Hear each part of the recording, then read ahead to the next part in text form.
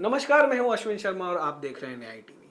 हमारे देश में अगर आपके पास पैसा है और पावर है तो आप कुछ भी कर सकते हैं, सिस्टम को भी झुका सकते हैं।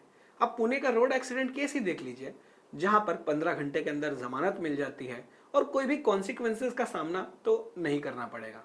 आज लोग गुस्से में हैं, बात कर रहे हैं तो दिखाने के लिए थोड़ी छानबीन होगी, कुछ अरेस्ट होंगे, पर 1-2 महीने बाद जब इस पर लोग बात नहीं करेंगे या इस केस को भूल जाएंगे तो इस केस को भी दबा दिया जाए। पैसे और पावर की मैं आपको और एक कहानी सुनाता हूं, जहां पर भारत के सबसे अमीर आदमी ने कैसे पैसा और पावर का इस्तेमाल करके एक केस को दबा दिया, वो आप देखिए। दिन था 8 दिसंबर 2013 का, जब एक एस्टन मार्टिन गाड़ी एक इवेंट से निकलती है जिसके पीछे 2 सिक्योरिटी व्हीकल्स होते हैं और वो करीब 100 किलोमीटर की रफ्तार से चल रही होती है। गाड़ी की स्पीड इतनी ज्यादा थी कि ड्राइवर ने उस पे से अपना कंट्रोल खोया और गाड़ी जाकर एक ऑडी कार में लड़ गई, जिसे 25 साल की महिला फोरम रूपारेल चला रही थी। उसके बाद गाड़ी की रफ्तार इतनी ज्यादा थी कि वो आगे जाकर एक ह्युंडई कार से भी लड़ जाती है, जिसे विक्रम मिश्रा चला रहे थे। बताया जाता है कि उनके साथ एक प्रेग्नेंट महिला भी थी उस गाड़ी में, और इस एक्सीडेंट में 2 लोगों की मौत भी हो गई, जिसका आपको कहीं भी रेफरेंस नहीं मिलेगा। ऑडी को तो इतनी जोर से टक्कर लगी थी कि वो डिवाइडर पार करके सामने आ रही बस से भी टकरा जाती है। और आपको पता है वो गाड़ी कौन चला रहा था? गाड़ी चला रहे थे मुकेश अंबानी के बड़े बेटे आकाश अंबानी। एक्सीडेंट होते ही वो अपनी गाड़ी से निकलते हैं और पीछे आ रही सिक्योरिटी व्हीकल में जाके क्राइम सीन से भाग जाते हैं। जब पुलिस मौके पर पहुंचती है और अपनी इन्वेस्टिगेशन शुरू करती है तो वो 12 घंटे बाद लोगों के स्टेटमेंट्स रिकॉर्ड करते हैं। मुड़ गई और वो कह रहे हैं ड्राइवर था, ड्राइवर नहीं था, उनका लड़का था उसके अंदर, और वो भी उसमें 2 सलामी थी जिसमें पुलिस के ड्रंक था वो। यानी 12 घंटे पुलिस को क्यों लग गए स्टेटमेंट रिकॉर्ड करने में? अब ये मैं आप पे छोड़ता हूं, आप मुझसे ज्यादा समझदार हैं कि ये सब क्यों हो रहा है। विटनेस स्टेटमेंट्स में ये बताया गया कि गाड़ी एक जवान लड़का चला रहा था। फोरम रूपारेल ने भी अपने स्टेटमेंट में कहा कि गाड़ी एक यंग लड़का चला रहा था। जब नंबर प्लेट की छानबीन होती है तो पता चलता है गाड़ी रिलायंस पोर्ट्स के नाम पर रजिस्टर्ड है, जो कि रिलायंस ग्रुप के अंडर आती है। और जब इस बारे में रिलायंस ग्रुप से पूछा गया तो उन्होंने एक स्टेटमेंट में कहा कि जी हाँ, ये गाड़ी हमारी थी और इसे हमारा एक ड्राइवर बंसीलाल जोशी चला रहा था। अब आप कहेंगे कि रिलायंस ने तो खुद ने मान लिया है कि हाँ, इसे बंसीलाल जोशी नाम का व्यक्ति चला रहा था। पर मैं आपको सबसे हैरान करने वाली बात बताऊं, बंसीलाल जोशी की उम्र 55 साल है, तो वो किस एंगल से जवान लगते हैं? ये स्टेटमेंट रिलीज करने के कुछ ही देर बाद बंसीलाल जोशी पुलिस स्टेशन में जाके खुद को सरेंडर कर देते हैं और बताते हैं कि वो थोड़ा सा डर गए थे, इसलिए वो क्राइम सीन से भाग गए। याद रखिए, इस मामले में 2 लोगों की मृत्यु हुई है, पर एफआईआर में इसका कोई जिक्र नहीं है।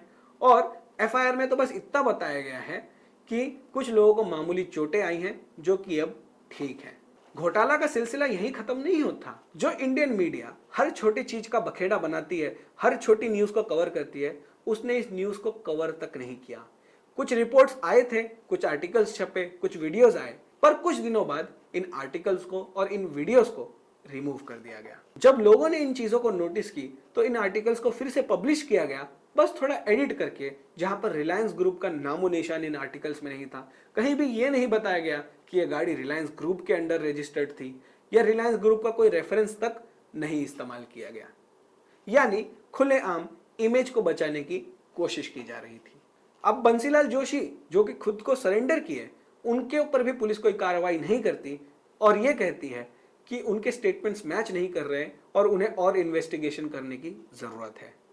कुछ दिनों बाद ट्विस्ट तब आता है जब ऑडी चालक फोरम रूपारेल पुलिस में स्टेटमेंट बदल देती हैं और ये बोलते हैं कि हाँ, ये गाड़ी बंसीलाल जोशी ही चला रहे थे। अब स्टेटमेंट्स क्यों बदले गए, ये सोचने वाली बात है। इस इंसिडेंट के 17 दिन बाद, यानी 25 दिसंबर क्रिसमस के दिन, जो ऑडी चालक हैं उनको 90 लाख रुपए की एक नई नवेली ऑडी गिफ्ट की जाती है, और जो ह्युंडई चालक थे उनको एक 30 लाख रुपए की स्कोडा सुपर्ब गाड़ी गिफ्ट की जाती है।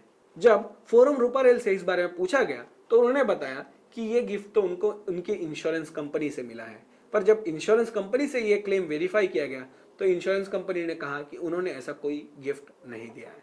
अब गिफ्ट कहां से आया है वो आपको पता ही होगा, वो मुझे बताने की जरूरत नहीं है। इस केस में सबसे चौंका देने वाली बात यह थी कि पुलिस ने इस केस में इतनी नेग्लिजेंस बरती उसके बाद मीडिया ने इस केस को तो इग्नोर ही कर दिया। कुछ छोटे मोटे मीडिया आउटलेट्स ने इस बारे में रिपोर्ट तो किया, पर बड़े मीडिया आउटलेट्स शांत रहे, या अगर उन्होंने रिपोर्ट भी किया है तो एडिटेड रिपोर्ट पेश की गई है, जहां पर जो मेन चीजें हैं वो तो रिपोर्ट से छुपा ही दी गई थी। और जो विटनेस थे उन्होंने भी कुछ दिनों बाद अपने स्टेटमेंट्स बदल दिए अचानक से। ये सब अचानक क्यों हुआ? कैसे 2 लोगों की मृत्यु की बात भी छुपा दी गई कि लोगों को आज तक पता नहीं है कि इस एक्सीडेंट में 2 लोगों की मौत भी हुई है, पर इस बारे में कोई बात नहीं करता। गौर करने वाली बात यह भी है कि मुकेश अंबानी न्यूज़ 18 ग्रुप के बहुत बड़े शेयर होल्डर हैं, और ऐसा बताया जाता है कि मुकेश अंबानी ने इस इंसिडेंट के बाद 6 करोड़ रुपए के और शेयर्स खरीदे, और जितने भी लोगों ने इस पर रिपोर्ट किया उनको भी पैसे खिलाए गए। तो आप देखिए, अगर आपके पास पैसा है और पावर है तो आप सिस्टम को किस हद तक झुका सकते हैं। 11 साल हो गए इस बात को, पर इस बारे में कोई बात नहीं करता। ये केस दब चुका है, मीडिया में भी इस पर कोई बातचीत नहीं होती, और ना ही कोई केस आज तक बना है। सब खुले घूम रहे हैं। बंसीलाल जोशी जिन्होंने सरेंडर किया था उनके ऊपर भी कोई एक्शन नहीं लिया गया, क्योंकि एक नॉर्मल एक्सीडेंट की तरह इसे ट्रीट किया गया, ना कि हिट एंड रन की तरह। इस केस पर आपकी क्या राय है यह हमें कमेंट्स में बताना बिल्कुल मत भूलिएगा, और याद रखिएगा, दिन हो या रात हमेशा दे न्याय और सच का साथ। धन्यवाद।